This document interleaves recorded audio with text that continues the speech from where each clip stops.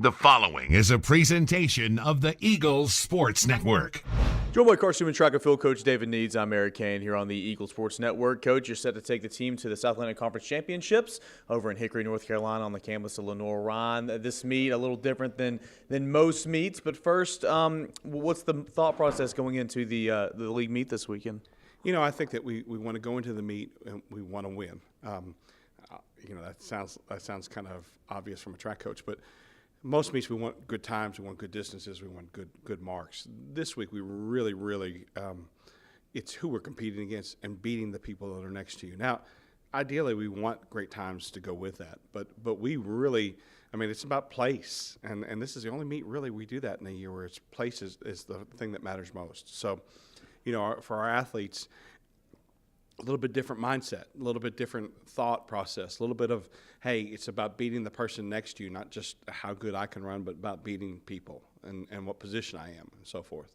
Obviously still looking to pick up national qualifying marks, but like you said, it's more about a team point spread this weekend than any other.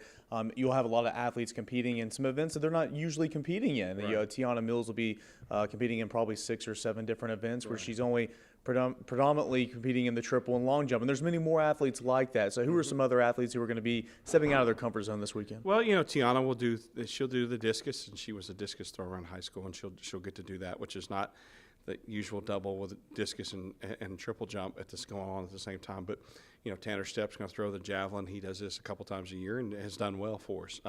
Christian Stump's going to do the high jump and javelin also. Tim Eady's doing about 4 or 5 events. Chris Potts Howard's going to do a couple of different events to help the team.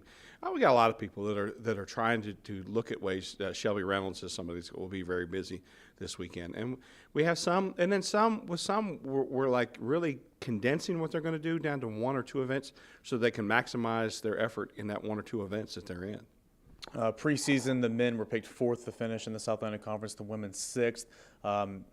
With the pre-seedings going into the championships, if everyone performs the way they are on paper right now, you'll finish with about 120 total team points. So what are your expectations for the team this weekend and how they'll finish? Well, I think what we have to do is we have to get the very best out of our athletes and the very best performance.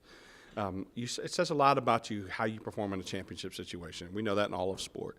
How you perform at a championship track meet has a lot to do with who you are and what you see in competition.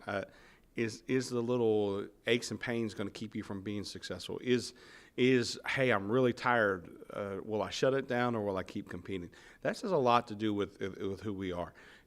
What place we finish has a lot to do with our mentality as a team and our hearts as we go into that meet. Because if we don't perform, other people are there and they're going to get their very best. And you always see about 3 or 4 marks that go to the nationals from a conference meet, and they don't make sense. But because of the competition, they were very good.